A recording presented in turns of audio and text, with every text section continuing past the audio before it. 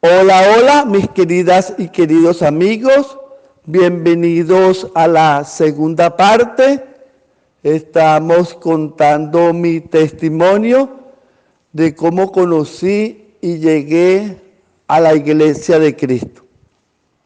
Decíamos en el capítulo 1, el cual te invito a escuchar si no lo has hecho, que debido a lo delicado de este tema, debemos pedirle a Dios que a través de su Espíritu Santo, en primer lugar, me dé la capacidad de explicar este mensaje con mucho amor, prudencia, sabiduría, y en segundo lugar, le dé la capacidad a ustedes de entenderlo, asimilarlo y ponerlo en práctica en su vida.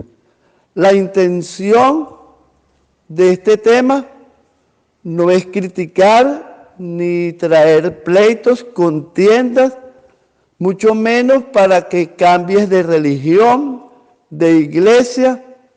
La intención central, el móvil de todo esto, es ayudarnos los unos a los otros para cuando Cristo venga poder participar en su reino eterno. De manera que si estamos cometiendo algún error o nuestra institución tiene algún defecto bíblico, poder corregirlo con la ayuda de Dios. Esa es nuestra mayor intención. Vamos a comenzar pidiendo la dirección de Dios. Oremos. Padre eterno, en este momento clamamos por tu Espíritu Santo para que tome dominio y control de nuestras mentes, para que en primer lugar me des la capacidad de explicar este tema con mucho amor, prudencia, sabiduría, y en segundo lugar, para que le des sabiduría a estas personas que van a escuchar el mensaje, que lo puedan entender, interpretar, desglosar y poner en práctica en sus vidas. Bendícenos a todos, cuídanos en el nombre de Jesús. Amén. En la primera parte estaba manifestando que nací y crecí en la Iglesia Católica. Allí me sentía bien, feliz, lleno del Espíritu Santo. Le servía a Dios con mucho cariño, devoción. Hasta cumplidos mis 38 años de edad decidí escudriñar las Sagradas Escrituras. Y allí me di cuenta con horror de cómo algunas de las enseñanzas, mandamientos, doctrinas de esa iglesia le llevaban la contraria a la voluntad de Dios, a su palabra. Y le pregunté al Señor con mucha tristeza: Padre, ¿qué le ocurrió a tu linda iglesia? Si esa iglesia era una iglesia pura, sin mancha, sin blanca, la única iglesia que tú tenías en esta tierra. Hoy no, hoy hay miles de iglesias, pero en esa oportunidad era la única iglesia que te representaba, te adoraba. En cuanto a sus doctrinas, mandamientos, era sin mancha, sin tacha, todo perfecto, todo apegado a tu voluntad. Era una iglesia pura, era la iglesia del caballo blanco, Bermejo, de Apocalipsis 6. Era la iglesia de los apóstoles de Éfeso, Esmirna, de Apocalipsis 2. Ahora, Señor, muéstrame qué le pasó a tu iglesia y qué debo hacer. Y el Señor me mostró con mucho amor, ternura, todo lo que le ocurrió. Me espació por la Biblia, la historia universal. Si tú quieres realmente no ser engañada o engañado, y si quieres saber toda la verdad con mucha delicadeza, pídele a Dios, escudriña la Biblia, específicamente Daniel 7 y Apocalipsis 13, identifica quién es ese cuerno pequeño y quién es esa bestia. Allí están las características, allí está el perfil. Luego estudia Mateo 24, el Sermón del Monte, y Mateo 7, 21 al 23, la falsificación de los dones espirituales, que se va a hacer milagros, se van a levantar falsos cristos, falsos profetas. Y estudia lo que Pablo manifestó en 2 Tesalonicenses, capítulo 2, versículo 3 al 4. Dice que Satanás se iba a sentar en la iglesia de Dios, haciéndose pasar por Dios como Dios. Quiere decir que lo que le ocurrió a esta iglesia y a todas, ya Dios lo había dicho, lo había profetizado, pero yo quiero manifestarte algo. Dios profetiza, Dios puede manifestar una profecía, porque Él es omnisapiente, pero las profecías son condicionales para que se cumplan. En Nínive, Dios prometió que iba a destruir a Nínive en 40 días, y no lo hizo, porque Jonás predicó y el pueblo se arrepintió. De manera que si Dios está profetizando algo a tu nación, a tu familia, a tu iglesia, a tu vida, no necesariamente tiene que cumplirse para bien o para mal. Eso depende de ti, de lo que tú hagas, de tu decisión. Porque si nosotros corregimos, que la intención de este mensaje es convertirnos en reparador de portillos, corregir. La idea no es criticar, no.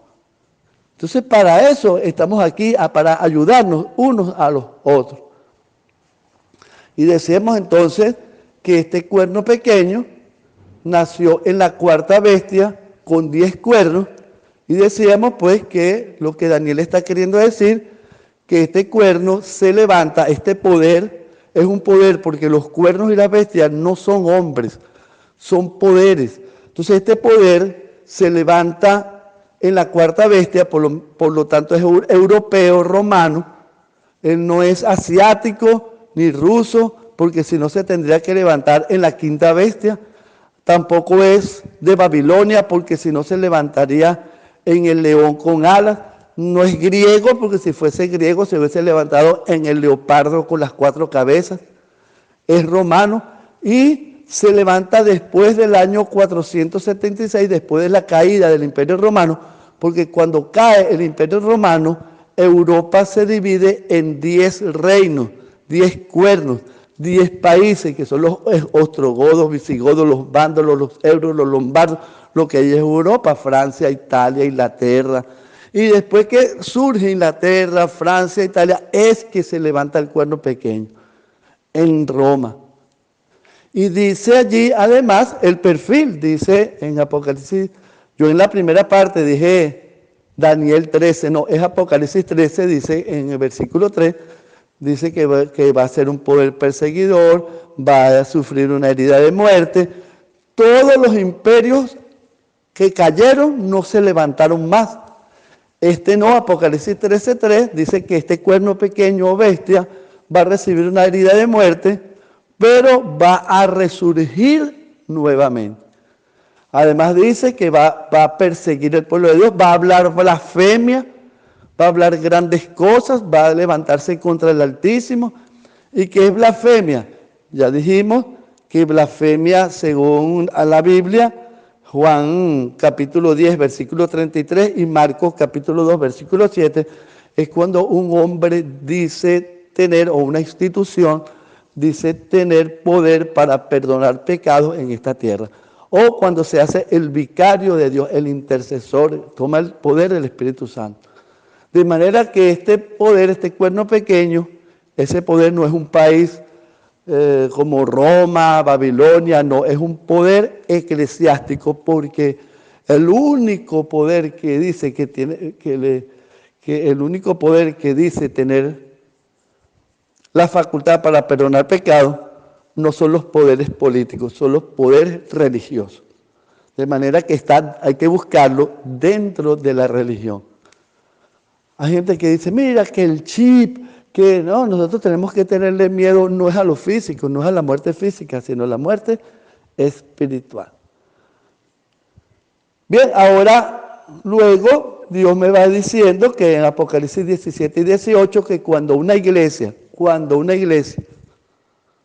predica muchas verdades, tiene mucho alimento espiritual, mucho alimento bueno, mucha doctrina, un 99,999% de verdades.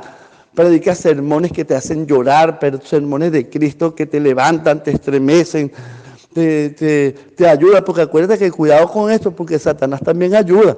Satanás te ayuda a dejar los vicios, a dejar las mujeres, a dejar las drogas, a dejar de delinquir, para que tú creas que es Dios, que es el poder de Dios, y te engañes dentro de esa iglesia. Te digan, no, ya Dios, no, cuidado. ¿Bien? Ahora, yo me estoy refiriendo aquí en todo esto, es a las doctrinas, no a las hermanas y hermanos de la iglesia.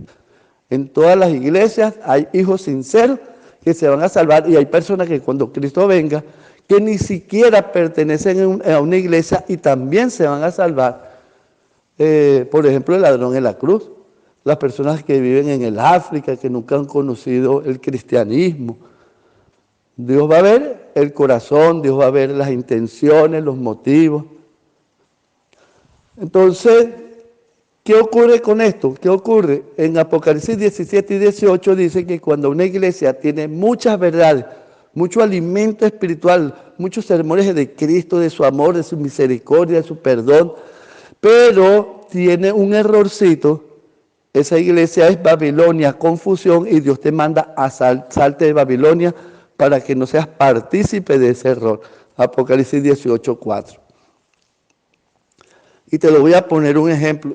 Suponiendo que a ti te sirven el 99,99% un plato de muchos vegetales, mucha legumbre, hortalizas, muchos alimentos saludables, con muchas proteínas y vitaminas, pero con un poquitito de veneno de rata.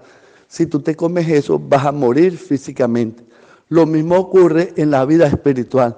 Si tu iglesia, si tus doctrinas, tus enseñanzas, tienen mucho alimento espiritual, muchas verdades, y has visto milagros, has visto luces que se mueven en el nombre de Jesús, echar fuera demonios, y has visto muchas cosas espectaculares en esa iglesia, muchas doctrinas, muchos sermones cristocéntricos espectaculares que te levantan, te estremecen, pero tiene un detallito, un error, entonces eso lo convierte en Babilonia, y no importa lo bueno. Jesús dijo, el que no está conmigo está contra mí, el que no recoge conmigo desparrama.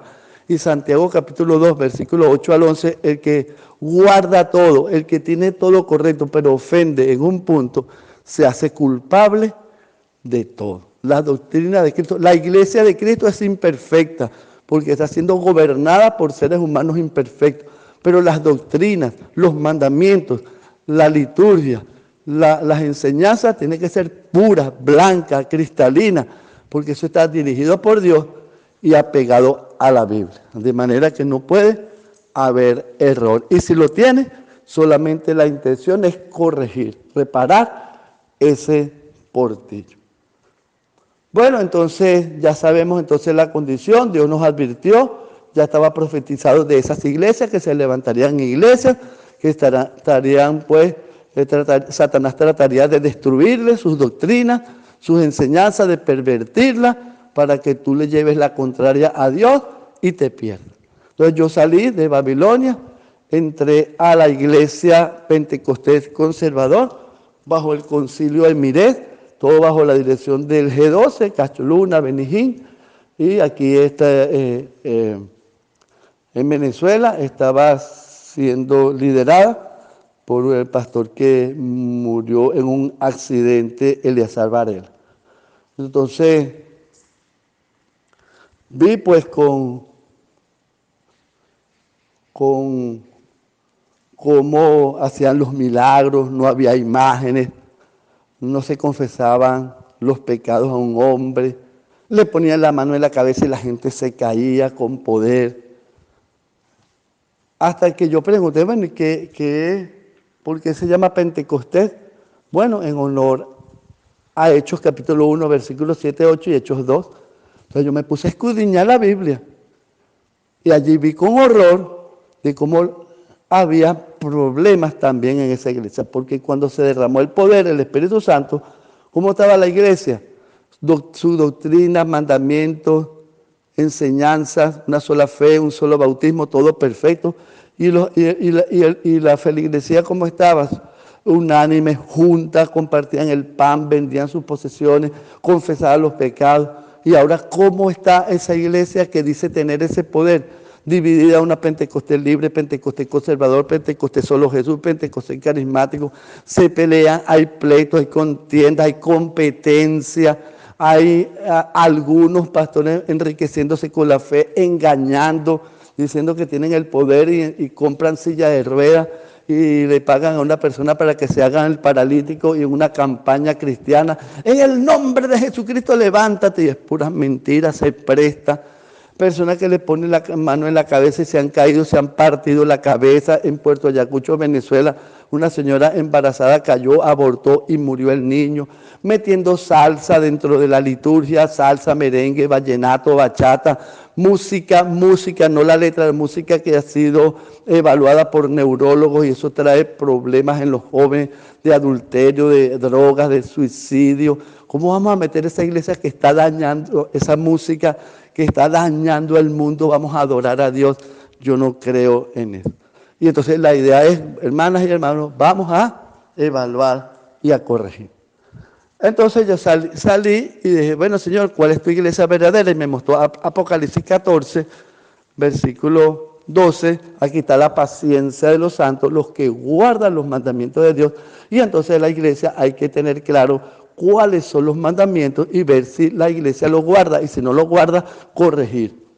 Vamos a hablar entonces de los mandamientos. Cuando me puse a estudiar los mandamientos, vi que Dios tenía muchas leyes, mandamientos, actas de decreto. Pero me di cuenta que tenía unos solos mandamientos, que es una ley eterna, que está en el universo. Cuando Dios creó su primera criatura en el universo, lo primero que le dio fue su ley. O sea, primero fue esa ley eterna que las criaturas. ¿Bien? Esta ley universal está en el cielo, en la tierra, en todas partes. El propósito no es salvar a nadie. Porque Dios cuando creó a Lucifer, lo creó perfecto, sabio, rico, un querubín, cubridor por gracia. Y lo puso, le dio ese sitial de cubrir el trono de Dios por gracia. No porque se portaba bien, no porque guardaba la ley. La ley, nunca Dios hizo la ley para eso. La ley solamente tiene una función para poner orden en el universo y también para ejecutar el libre albedrío. Romanos 3:20 dice que por medio de la ley es el conocimiento del pecado. O sea que para que las criaturas pudiesen ejecutar la libertad de elegir y decidir, tienen que tener dos caminos. Y esos dos caminos Dios los mostró en su ley. Le enseñó por práctica el bien. Dios es el autor del bien, pero la transgresión del bien es el mal. La transgresión de la verdad es la mentira. Y entonces el hombre tiene esa facultad de que si quiere mentir, puede hacerlo. Pero Dios le enseñó el camino del bien por práctica y el camino del mal solamente teoría. Dios no conocía el mal sino por teoría. La muerte por teoría hasta que vio cuando Caín mató a Abel. Allí lo vio por práctica. Cuando entró el pecado, entró el mal. El mal se conocía por práctica. Entonces, ¿cuál es esa ley eterna, universal, que no está dada por escrito, que está en el cielo, no está dada por escrito en Génesis, que hay que entender? La ley existe. Lo que pasa es que Dios, como se comunicaba audiblemente, no tenía necesidad de comunicarse de manera escrita. Decía, Adán, ¿dónde está? Noé, haz un arca. Caín, ¿dónde está tu hermano? Se comunicaba. Entonces él daba su ley, instruía, enseñaba, corregía audiblemente. Hasta que en Éxodo 20 los seres humanos tuvieron miedo de escuchar la voz de Dios. Y le dijeron, no, Señor, no vamos a escuchar más tu voz. Todo lo que digas tú, que te lo digas, díselo a Moisés y tú no lo dices a nosotros. Y Dios inmediatamente usó otro plan para comunicarse con sus hijos y fueron el método escrito. Y lo primero que le dio fue su ley para poner orden. Él no le dijo, ama, la salvación, la gracia, Cristo. No, lo primero que le dio fue su ley por la importancia. Y escribió 10 mandamientos, Éxodo 20, en 2 tablas de piedra, con sus dedos. La Biblia tiene 31.072 versículos y solo 15 escribió Dios con sus dedos. Si quieres conocer la letra de Dios, busca esas 2 tablas, imagínate lo espectacular. Entonces, como se dice, 31.072 versículos tiene la Biblia y solo 15 escribió Dios con sus dedos. Imagínense, en Éxodo 31, imagínense lo espectacular o lo importante que es para Dios. En Mateo 5, 17 al 19, Jesús dijo, yo no vine a abolir la ley. Más bien en esta dispensación la puso más difícil. Porque en Mateo 5 dice Jesús, has escuchado en los antiguos, no matarás. ¿No es esa ley? Éxodo 20, versículo 3. Pero ahora si tú llamas fatuo a tu hermano, has escuchado en los antiguos, no cometerás adulterio. ¿Qué era el adulterio y el asesinato? El adulterio es ir a la relación sexual, pero ahora no. En esta dispensación, si tú miras a una mujer para codiciarla, ya pecaste. Entonces el pecado sigue vigente, por lo tanto la ley también. Cristo no ha quitado la ley. Hay que entender, Romanos 10:4, que esto es en el fin de la ley, estamos bajo la gracia, no estamos bajo la ley. Entonces sí hay una ley abolida, pero hay otra que no está abolida. La que no está abolida es la universal, la eterna, y es lo que vamos a ver. Y la que está abolida es la añadida por el pecado. Entonces, ¿cuál es esa ley que me señala, me pone orden y me señala el bien y el mal? Bueno, vamos a ir entonces a ir al cielo para demostrar que hay una ley, hay una ley. En 1 Juan 3:4 dice que el pecado es la transgresión de la ley. Si el pecado es la transgresión de la ley, primero es la ley, después la transgresión es que es pecado. Pablo dice en Romanos 4:13 al 15 y Romanos 5:13 al 15 que si no hay ley, no hay pecado. De manera que Dios no hizo esto. Tú mentiste, ahora voy a hacer una ley que diga no mentir y te condeno. No, primero fue la ley. Y si Lucifer peca desde el principio, 1 Juan 2 y 3, entonces quiere decir que hay una ley en el cielo desde el principio que no está dada por escrito porque Dios se la transmitió audiblemente. ¿Cuál es esa ley que violó Lucifer en el cielo en la eternidad? Y no había, está en Juan 8:44, que él es homicida. Entonces esa ley, Éxodo 20, versículo 13, esa fue la ley que violó Lucifer y sus ángeles, que le costó la vida eterna y que van a ser echados al lago del fuego y azufre. O sea, ellos fueron juzgados por la ley de la libertad, como dice Santiago, y esa es la ley que condenó a Lucifer y a sus ángeles. Éxodo 20, versículo 3, los 10 eternos principios de la santa ley de Dios que Dios escribió con sus dedos y que Él no vino a abolir y que la puso más estricta en esta dispensación. Sigue diciendo que Él es mentiroso, el padre de la mentira, Juan 10:44.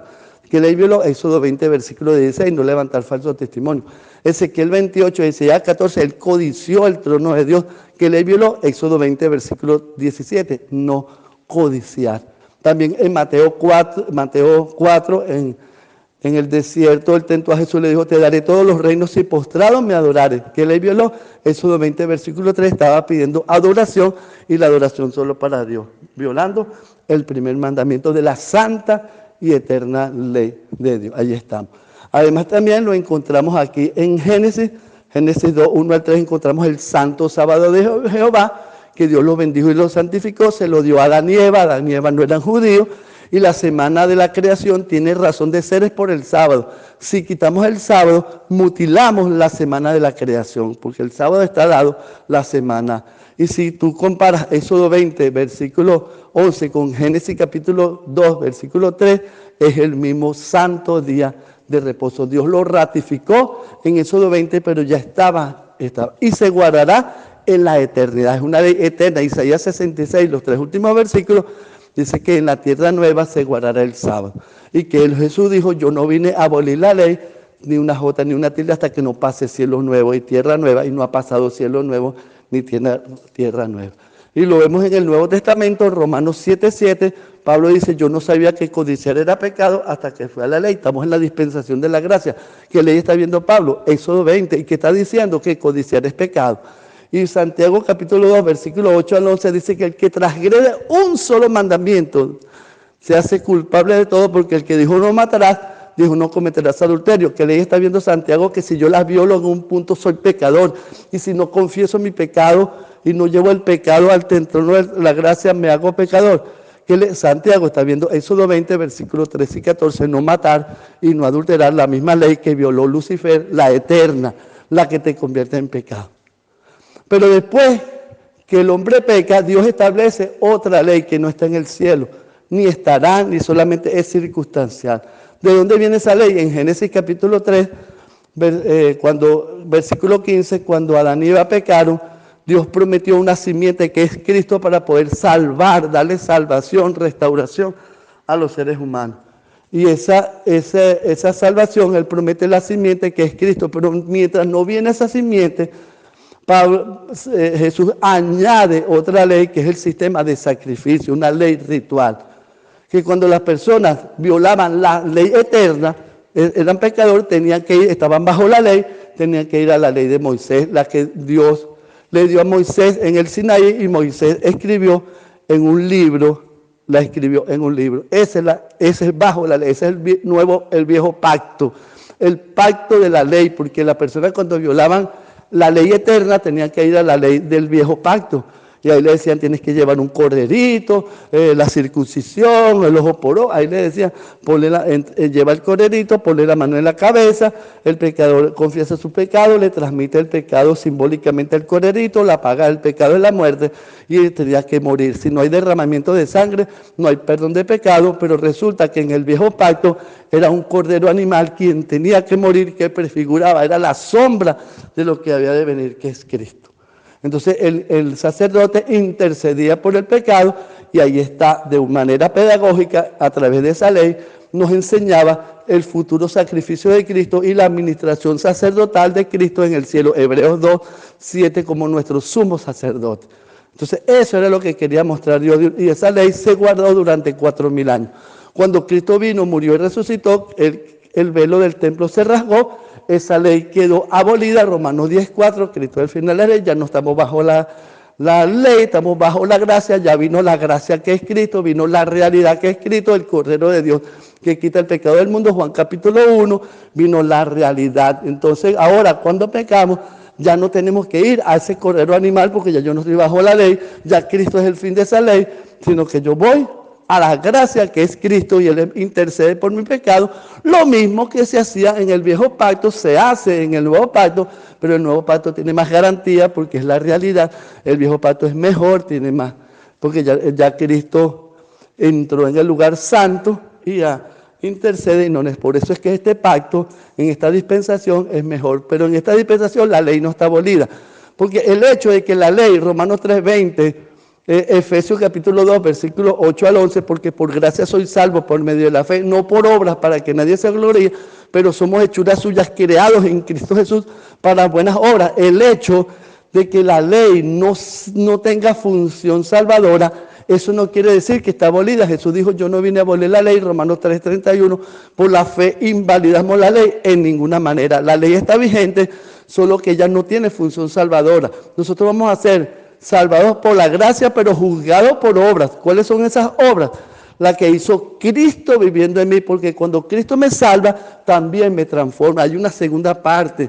La salvación no queda, gloria a Dios, aleluya, soy salvo porque creí en Cristo, soy salvo. No, tú no eres salvo si no produces frutos dignos de arrepentimiento.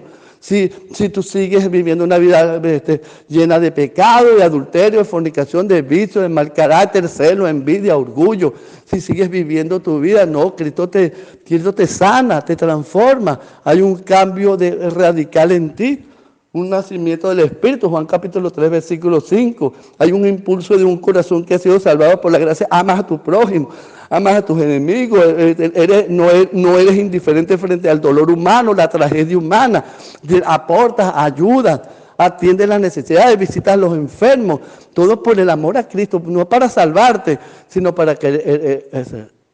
Yo guardo el santo sábado de Jehová, no para salvarme, sino que está en su santa ley, yo lo hago porque ya soy salvo. Y Dios me ha librado de muchas cosas, de adulterio, de vicio, de fornicación. Cristo viviendo en mí. Entonces yo guardo esa ley del amor, yo amo a mi prójimo, atiendo, oro por ellos porque tengo el poder de Cristo. Ya no vivo yo, Cristo vive en mí.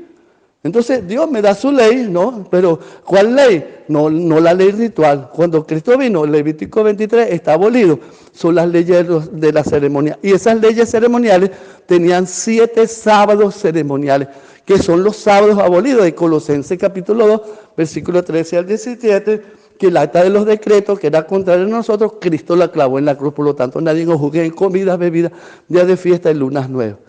Pero el sábado semanal no está abolido, porque la lucha entre los fariseos, la discusión era porque los fariseos les colocaron cargas el sábado, que no se podía cargar peso más de 12 kilos, que no se podía recoger espigas, que no se podía amasar, que no se podía sanar. Y el Señor del sábado, que es Cristo, Cristo es mi reposo, no el sábado, pero nosotros guardamos el reposo. Todos los días hay que adorar a Dios, todos los días. Pero yo tengo que trabajar, comprar, llevar a los niños al colegio, pero también tengo que todos los días orar, leer la Biblia, hacer el bien, visitar a los enfermos.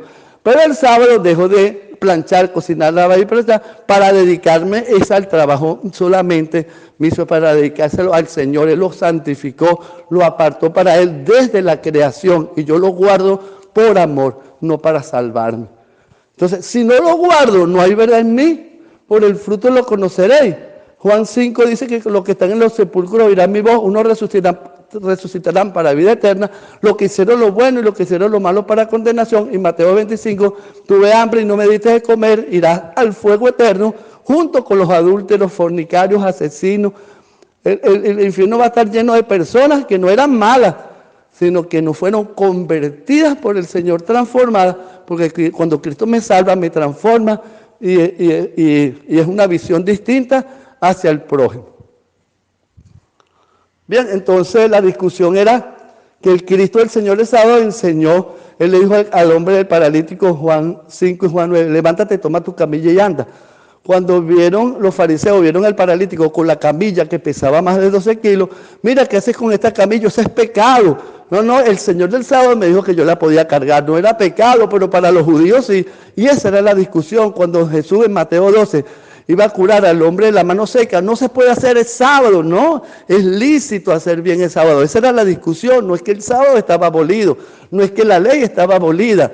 Eran y los judaizantes que querían seguir circuncidándose, entonces Cristo le dijo que ahí donde Pablo le dice Cristo es el fin de la ley, esa ley ritual abolida es la que añadieron por el pecado, pero la ley universal, santa de Éxodo 20 que escribió con su dedo, esa estará vigente por la eternidad. Y cuidado si tú la violas en una jota y una tilde, porque vas a tener problemas con tu salvación. Eso lo vas a saber Dios, yo no puedo juzgar, pero esa ley está vigente por Isaías 66, dice que el sábado se guardará en el cielo nuevo y en la tierra nueva. Y cuando los discípulos estaban recogiendo espigas en Mateo 12, entonces lo criticaron, pero ellos no estaban recogiendo espigas para trabajar, sino para comer. Entonces quiero misericordia y no sacrificio. Igualmente, cuando él amasó, que hizo lodo con la saliva y el barro para untar al ciego de nacimiento, eso no se podía hacer en sábado. Pero Jesús lo hizo a propósito para quitar las cargas del sábado que ni ellos podían llevar. Bien, entonces, a mí no me crea, ahí está. Entonces, ¿cuál es la iglesia? La que guarda los mandamientos, la iglesia adventista del séptimo día, que Dios levantó como una iglesia profética para restaurar, reparar el portillo, para protestarle a los protestantes, así como la iglesia le protestó a la iglesia católica por las imágenes, por el cambio de la ley, las imágenes. Entonces Dios levanta a la iglesia adventista para rescatar el sábado, para proclamar y predicar el mensaje del tercer ángel. La hora de tu juicio ha llegado. Y predicar ese mensaje de vida eterna, de salvación y de restauración de la ley. Te invito entonces a que escudriñes, estudies la iglesia adventista del séptimo día, que es la iglesia que Dios tiene. Yo no estoy hablando que descartando las demás iglesias. Las demás iglesias tienen su lugar, solo que sería interesante es reparar. No es cambiar de iglesia, es reparar lo que haya que reparar. ¿Para qué? Para no tener problemas en la salvación cuando Cristo venga. Yo no estoy diciendo que están perdidos, no, nada de eso. Estamos hablando de las doctrinas que hay que corregir, hay que reparar ese portillo para entonces no tener problemas cuando Cristo venga. Porque muchos me dirán, Señor, Señor, si no haces su voluntad, nos pueden decir, apártate de mí, hacedor de maldad. Mateo 7, 21 al 23. No todo el que me dice Señor, Señor. Y a esa frase yo le tengo miedo. Entonces es mejor estar sobre el seguro de tener una iglesia blindada a través de la palabra, para no tener ningún tipo de problema y no tener debilidad. Bueno, el Señor te bendiga, te guarde y estaré orando por ti.